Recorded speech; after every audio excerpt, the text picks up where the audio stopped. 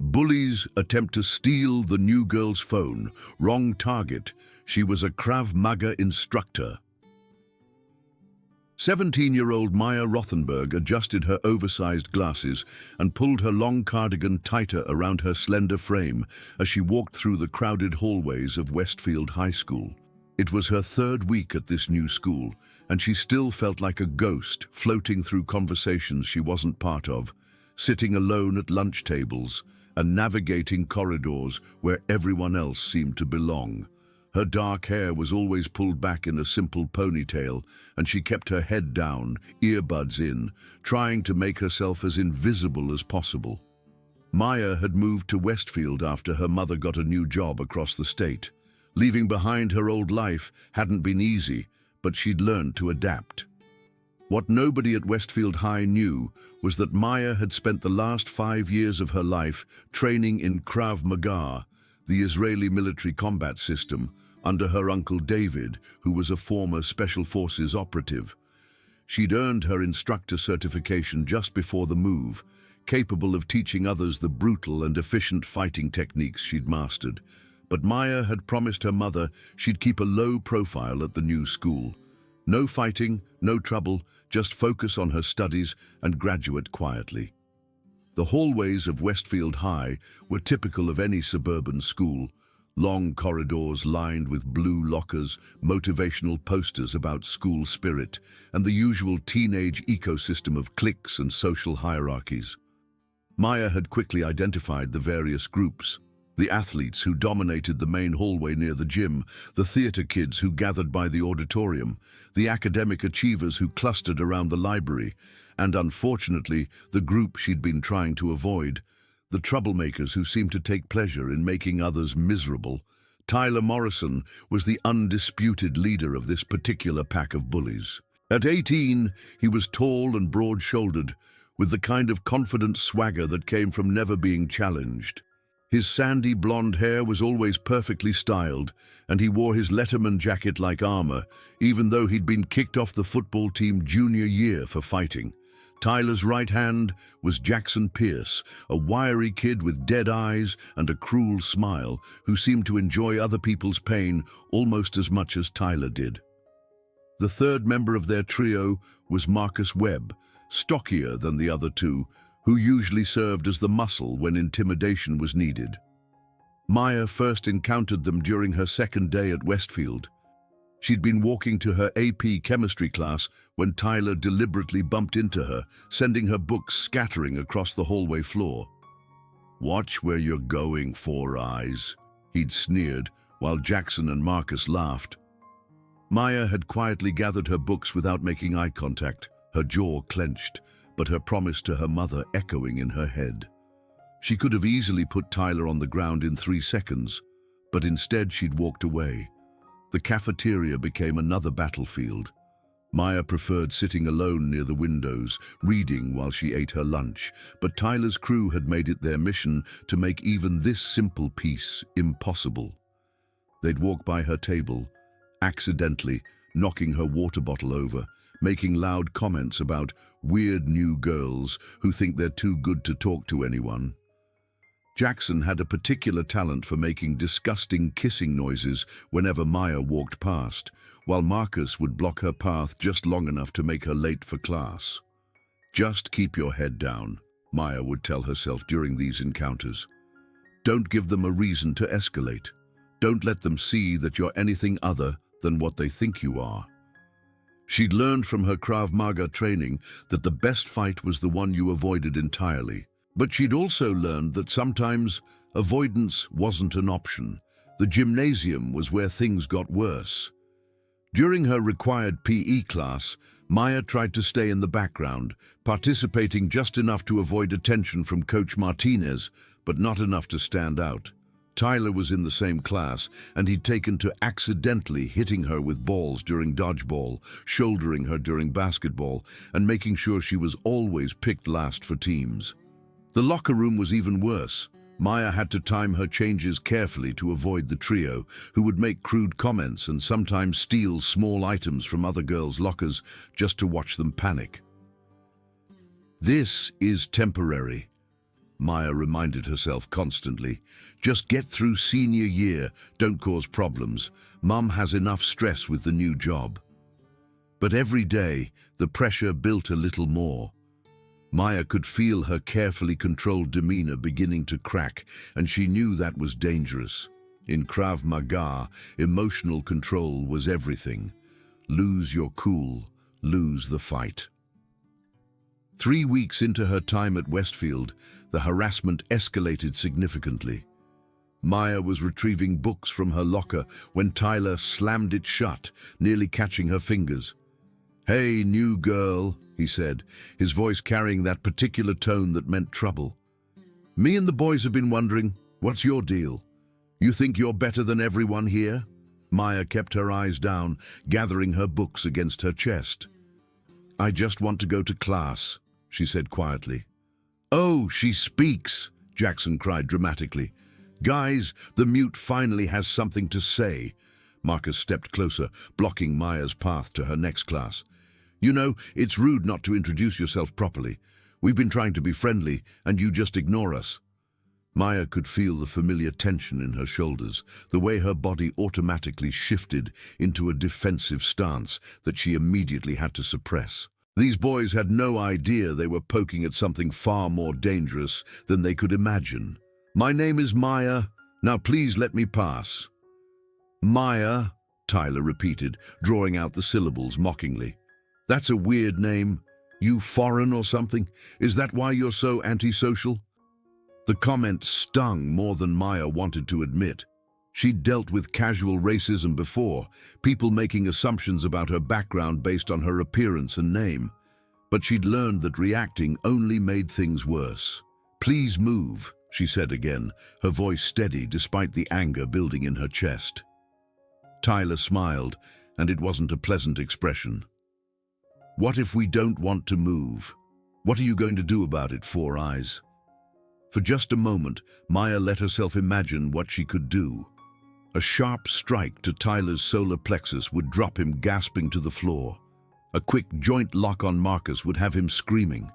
Jackson looked like he'd never been in a real fight in his life. One properly placed elbow would end his interest in bothering anyone.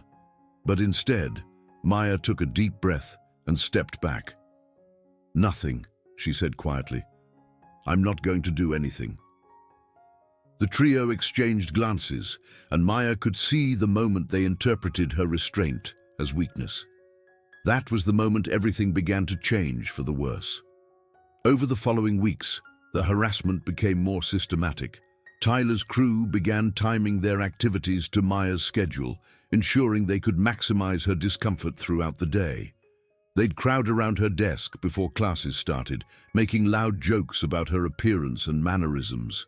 In the cafeteria, they'd sit at nearby tables and conduct fake conversations designed to humiliate her. "I heard the new girl doesn't shower," Jackson would say loudly enough for half the cafeteria to hear. "That's why she always wears those big sweaters, to hide the smell." "Maybe she's homeless," Marcus would add with fake concern. "That would explain why she's so weird about everything." Maya endured it all in silence, but inside, her carefully constructed walls were beginning to crack. Every insult, every cruel laugh, every moment of humiliation was being catalogued and stored. In her KRAV MAGA training, her uncle David had taught her that anger could be fuel if properly channeled, but it could also be poison if left to fester. Maya was beginning to understand the difference. The situation reached a new low during a particularly brutal day in late October. Maya had been having a rough morning. She'd overslept, missed breakfast, and arrived at school to find someone had vandalized her locker with crude drawings and insults written in permanent marker. Maintenance said they'd get to cleaning it sometime this week, so Maya had to endure the embarrassment of other students seeing the crude artwork every time she needed her books. During lunch, Maya sat at her usual table by the windows, trying to focus on her sandwich and her advanced placement history textbook. She'd learned to tune out most of the cafeteria noise, but she couldn't ignore Tyler's voice when it rose above the general chatter. "Check it out," Tyler announced to his friends, but loud enough for nearby tables to hear. The weirdo's eating alone again. Think she has any friends at all? Or did she creep everyone out at her old school too? Maya kept her eyes on her book, but the words blurred together. She could feel other students looking at her, some with pity, others with the kind of morbid curiosity that came with watching someone else's humiliation. Jackson stood up from Tyler's table and walked over to Maya's, uninvited. "Hey, Maya," he said, his voice dripping with false friendliness.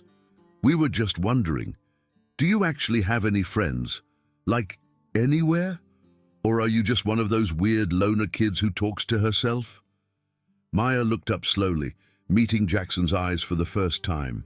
What he saw there made him take an involuntary step backward, though he tried to cover it with a laugh. Maya's brown eyes were calm, almost serene, but there was something underneath that surface calm that raised primitive alarm bells.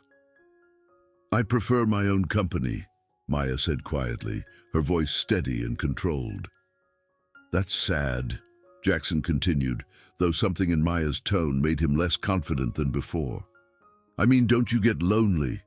Sitting here all by yourself every day, eating your little sandwiches, reading your little books." Maya closed her textbook carefully and placed it on the table. When she spoke, her voice carried a quality that made Jackson unconsciously step back again. "I'm not lonely. I'm peaceful.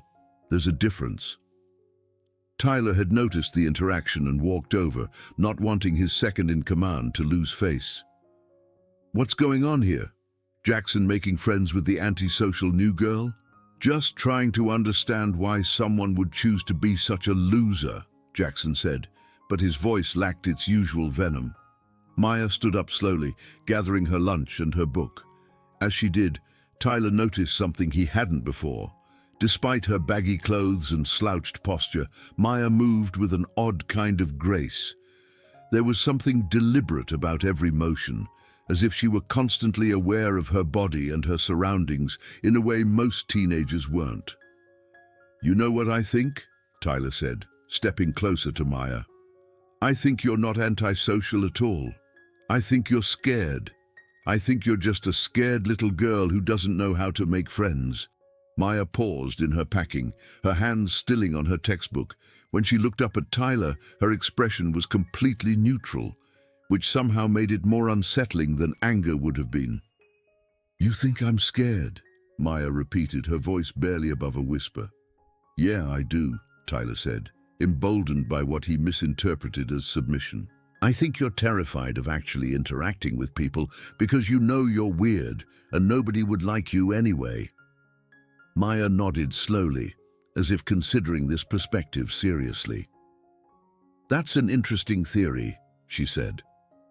Then she picked up her backpack and walked away, leaving Tyler and Jackson staring after her with the uncomfortable feeling that somehow, despite getting the last word, they'd lost that exchange. But Tyler Morrison wasn't the type to let an uncomfortable feeling go unexamined or unchallenged. Over the next few days, he made it his personal mission to prove that Maya was exactly what he thought she was, a scared, weak girl who needed to be put in her place. The harassment became more pointed, more personal, and more public. Maya's phone became a particular point of interest for Tyler's crew. It was clearly an expensive model, much nicer than what most students carried. And Tyler began making loud comments about how Maya's family must have money despite her poor little orphan act. He'd speculate about where the money came from, making increasingly crude suggestions that drew laughs from his followers and uncomfortable silence from everyone else. "Maybe she's dealing drugs," Tyler would say loudly whenever Maya walked past. "That would explain the antisocial behavior and the fancy phone." "Or maybe she's got a sugar daddy," Jackson would add, causing Maya to tense visibly as she continued walking. Maya endured these comments the same way she endured everything else, in silence, with her head down, moving through the school like a ghost who wanted nothing more than to be left alone. But her Uncle David's voice was getting louder in her head. "Sometimes the best way to stop a fight is to finish it before it really starts. Sometimes people need to understand there are consequences for their actions." The breaking point came on a Friday afternoon in early November. Maya had been looking forward to the weekend, planning to spend Saturday morning at the local community center, where she'd been quietly volunteering to teach basic self-defense classes to women and seniors. It was the one place where she could use her skills in a positive way, helping people learn to protect themselves without violence. Maya was walking to her car in the student parking lot, earbuds in, scrolling through her phone to check messages from her mother about dinner plans. The parking lot was mostly empty. Most students had left immediately after the final bell, eager to start their weekends. Maya preferred the quiet of the nearly deserted lot, where she could walk to her car without navigating crowds or risking unwanted interactions. She didn't notice Tyler, Jackson, and Marcus until they stepped out from behind a large SUV, blocking her path to her car. Maya stopped walking and pulled out her earbuds, immediately assessing the situation. 3 opponents, all larger than her, positioned to cut off her most direct escape routes. The rational part of her brain began calculating angles and distances while her training kicked in automatically. "Well, well," Tyler said, his voice carrying an ugly edge that Maya hadn't heard before. "Look who we found all alone in the parking lot." Maya clutched her phone tighter, her backpack still slung over one shoulder. "I need to get to my car," she said calmly, though every instinct she'd developed over 5 years of training was now screaming warnings. "That's a really nice phone," Jackson observed, stepping closer. "Much nicer than anything the rest of us can afford. Makes me wonder where a weird little nobody gets that kind of money." Maya's grip on her phone tightened. The device contained not just her personal information, but photos and videos from her KRAV MAGA training, contact information for her instructors and fellow students from her old school, and most importantly, direct contact with her mother, who was working late shifts at her new job. Losing the phone would mean losing her primary means of communication and safety. "I'm not looking for trouble," Maya said, her voice still calm, but with an undertone that the 3 boys completely missed. "Just let me go to my car." "Oh, but we're looking for trouble," Tyler said, stepping forward with that confident smile that had intimidated dozens of other students.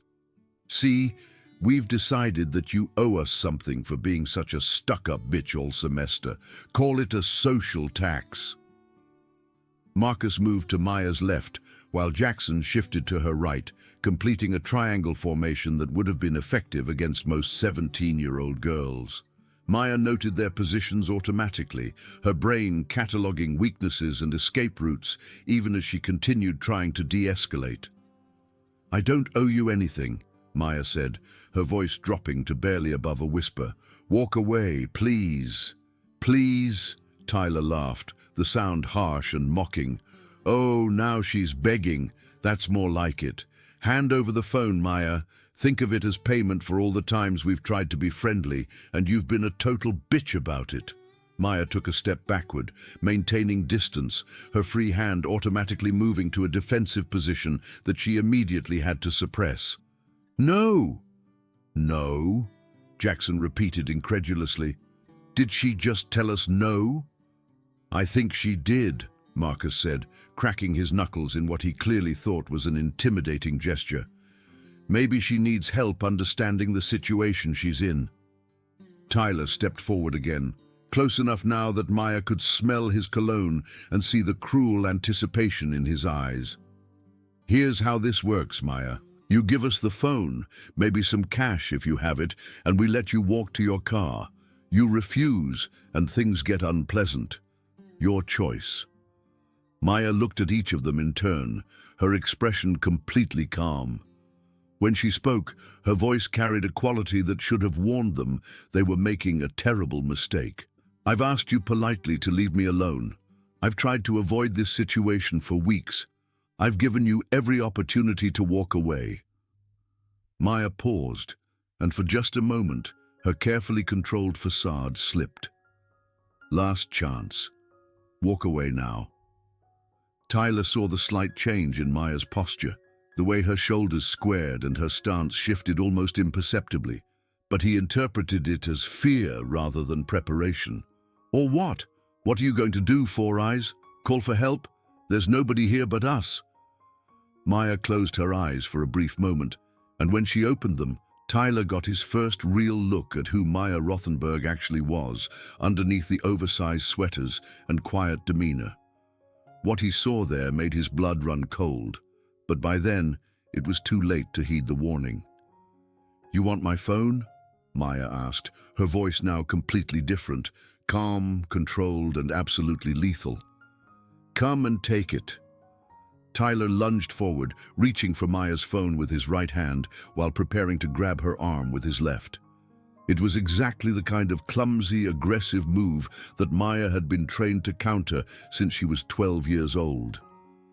Maya stepped offline to her left, away from Tyler's grabbing hand, while simultaneously driving her right elbow up into Tyler's solar plexus with surgical precision. The strike hit exactly where Maya intended, driving the air from Tyler's lungs and doubling him over in shock and pain. Before Tyler could recover, Maya's left hand came up in a sharp, controlled strike to his nose. Not hard enough to break it, but more than enough to bring tears to his eyes and send him stumbling backward. The entire exchange took less than 2 seconds. Tyler went from confident aggressor to gasping, teary-eyed mess before Jackson and Marcus fully understood what had happened. "What the hell?" Jackson started to say, but his words were cut off as Maya pivoted to face him, her stance now openly aggressive and her expression completely transformed. Jackson threw a wild punch toward Maya's head, the kind of telegraphed, off-balance strike that would have been effective against another untrained teenager. Maya ducked under the punch easily, stepped inside Jackson's guard, and delivered a controlled palm strike to his sternum that sent him staggering backward into a parked car. Marcus, seeing his two friends neutralized in a matter of seconds, hesitated just long enough for Maya to turn her full attention to him. "Your move," Maya said calmly, her phone still clutched in her left hand, while her right remained free and ready. Marcus was bigger than Maya by at least 50 pounds, and under normal circumstances, that size advantage might have meant something. But Marcus had never faced anyone who moved like Maya moved, who could read his intentions before he fully formed them, who treated violence not as an emotional outburst, but as a technical skill to be applied with precision.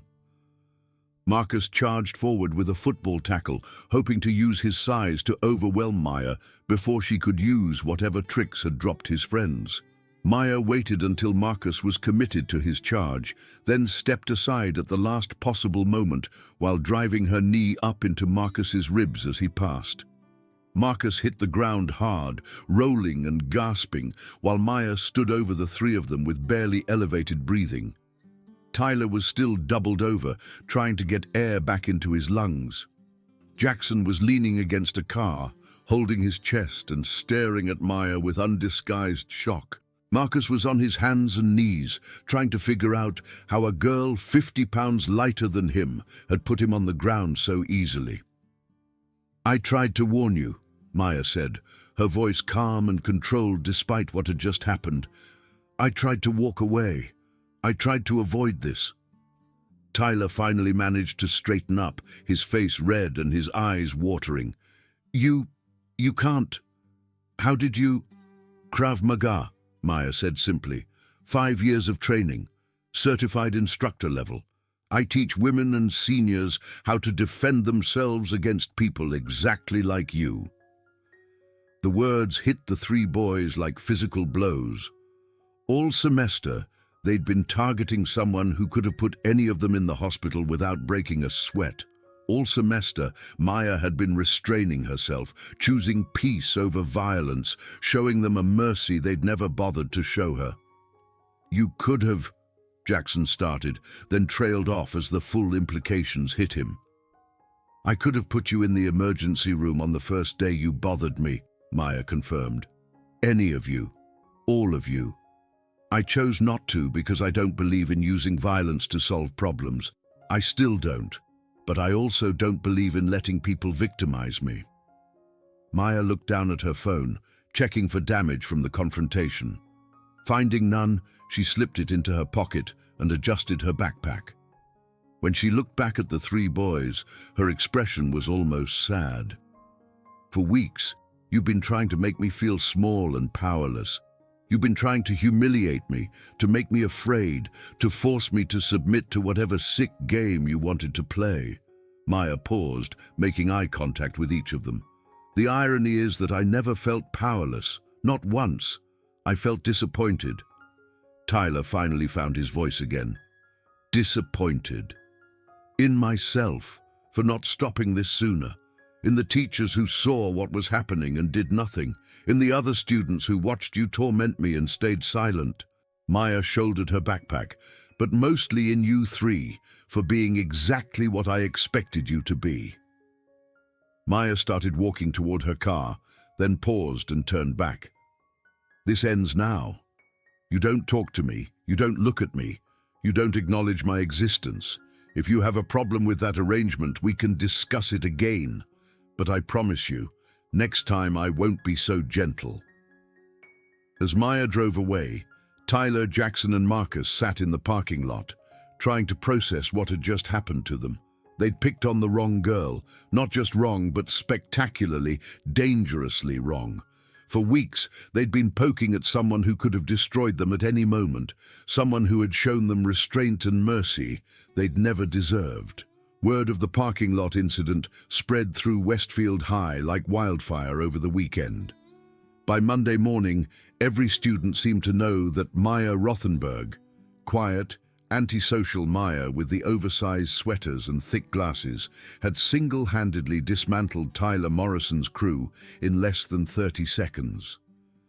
The story grew in the telling, as school stories always do.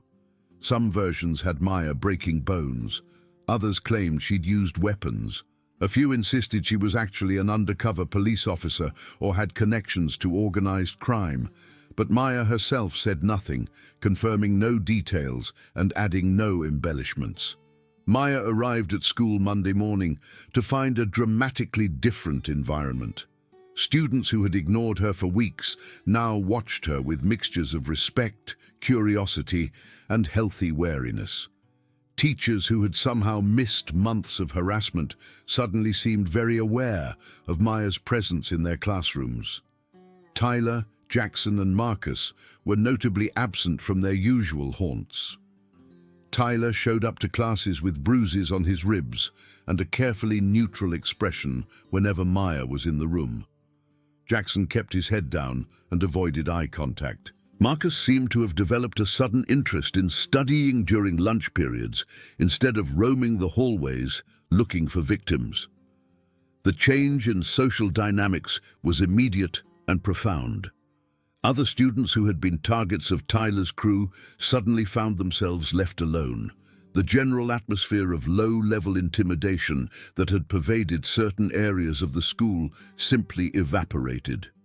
Maya had not just defended herself, she'd inadvertently liberated dozens of other students who had been suffering in silence. Maya herself seemed largely unchanged by the incident. She still wore her oversized sweaters, still kept her head down in the hallways, still sat alone at lunch.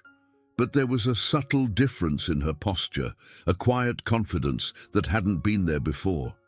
She no longer hunched her shoulders or tried to make herself invisible. She walked through the school like she belonged there because she finally understood that she did. 3 weeks after the parking lot confrontation, Tyler Morrison approached Maya's lunch table.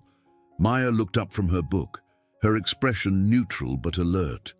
Tyler stood there for a long moment, clearly struggling with what he wanted to say. "I wanted to..." Tyler started, then stopped. He looked around the cafeteria, noting that their interaction was drawing attention from other students. "Can I sit down?" Maya considered this, then nodded toward the empty chair across from her. Tyler sat down carefully, as if the chair might explode, and Maya waited patiently for him to find his words. "I owe you an apology," Tyler finally said, his voice quiet enough that only Maya could hear. "What we did to you, what I did to you, it was wrong. There's no excuse for it." Maya closed her book, and gave Tyler her full attention. "Go on." "I don't know why Tyler struggled, then took a deep breath. "I guess I thought picking on someone who wouldn't fight back made me look tough. Made me feel powerful. It's stupid, but that's the truth." "It is stupid," Maya agreed calmly. "But it's also honest. Thank you for that." Tyler nodded, looking miserable. "I heard you teach self-defense classes, that you help people learn to protect themselves." "I do." That's really cool. What we were doing to you, and you were out there helping people." Tyler shook his head. "We were the bad guys, and you were literally one of the good guys." Maya leaned back in her chair, studying Tyler's face. "What do you want from me, Tyler?" "I want to know how to not be the bad guy anymore," Tyler said simply. "I want to know how to be better than what I was." For the first time since Maya had known him, Tyler Morrison looked like what he actually was. A confused, insecure 18-year-old who had been using cruelty to mask his own fears and inadequacies. Maya saw the potential for redemption, the possibility that this confrontation might actually have changed something fundamental rather than just rearranging the surface dynamics. "The first step is understanding that being better isn't about being tougher," Maya said. "It's about being braver. It takes courage to be kind to someone who can't help you. It takes strength to protect people instead of preying on them." Tyler nodded eagerly. "How do I learn that?" Maya smiled slightly, the first genuine smile Tyler had ever seen from her. "You start by making amends, not just to me, to everyone you've hurt. You apologize and then you do better. And when you see someone else being bullied, you step in and stop it. What if I don't know how? Then you learn. The same way I learned to fight, through practice, commitment, and understanding that the skills you develop are meant to protect people, not hurt them." Tyler sat there for a moment, absorbing this. Would you be willing to teach me? I mean, not just the fighting stuff, but the other part, how to be someone who protects people instead of hurting them." Maya considered this request carefully. 6 months ago, if someone had told her she'd be mentoring Tyler Morrison in self-improvement, she'd have laughed. But looking at him now, she could see genuine remorse and a real desire to change. "I'll think about it," Maya said finally. "But understand, if I agree to help you, it's not just about learning techniques. It means examining who you've been and making a real commitment to being better. It means understanding that strength isn't about dominating other people." "I understand," Tyler said, and Maya could see that he meant it. Over the following months, Maya did indeed begin working with Tyler and eventually with Jackson and Marcus as well. It wasn't formal training, more like mentorship, helping them understand the difference between power and strength, between intimidation and confidence. Maya introduced them to her community center classes, where they saw firsthand how martial arts could be used to empower rather than dominate. The transformation wasn't immediate or complete. Tyler still struggled with his temper, Jackson still had to fight his cruel impulses, and Marcus still sometimes reverted to using his size to intimidate. But they were trying, genuinely trying, to be better than they had been. Maya's own reputation at Westfield High evolved as well. She was no longer the weird new girl who kept to herself. She was Maya Rothenberg, the girl who had stood up to the bullies and somehow managed to turn them into better people. Students began approaching her for advice, for help with their own problems, for training in self-defense. Maya found herself becoming something she'd never expected to be, a leader, not through intimidation or politics, but through competence, integrity, and a quiet strength that drew people to her. She started a self-defense club at school with Tyler, Jackson, and Marcus as her first volunteer assistants. By the time graduation approached, Maya had accomplished something remarkable. She'd not only survived her ordeal, but had transformed it into something positive. The school was a safer, kinder place because of her influence. Students who had been victims found their voices. Bullies learned that their behavior had consequences, And Maya herself had learned that sometimes the best way to avoid a fight is to be so clearly capable of winning one that nobody wants to start it. In her graduation speech as class valedictorian, an honor she'd earned through academic excellence rather than popularity, Maya reflected on the lessons she'd learned at Westfield High. I came to this school thinking that strength meant avoiding conflict, that wisdom meant keeping your head down and hoping problems would solve themselves, Maya said, looking out at the assembled students and families. I learned that sometimes real strength means standing up when it would be easier to stay down. Sometimes wisdom means fighting back, not with anger or vengeance, but with the kind of controlled, purposeful action that protects not just yourself, but everyone who can't protect themselves. Maya paused, making eye contact with Tyler, Jackson, and Marcus, who were sitting in the audience. I also learned that people can change, that redemption is possible, and that sometimes the best way to defeat an enemy is to help them become a better version of themselves. After the ceremony, Tyler approached Maya one last time as a high school student. "Thank you," he said simply, "for everything, for showing me who I could be, instead of just punishing me for who I was." Maya nodded, adjusting her graduation cap. "What are you going to do with that knowledge?" "I got accepted to State University," Tyler said. "Criminal justice program. I want to be a police officer, but the right kind. The kind who protects people." Maya smiled. "That sounds like a good start." As Maya drove away from Westfield High for the last time, she reflected on the journey that had brought her to this moment. She'd entered the school as a victim, someone who was being targeted and humiliated. She was leaving as a leader, someone who had not just overcome her challenges, but had used them to make herself and others stronger. The phone that Tyler had tried to steal still worked perfectly, containing photos of Maya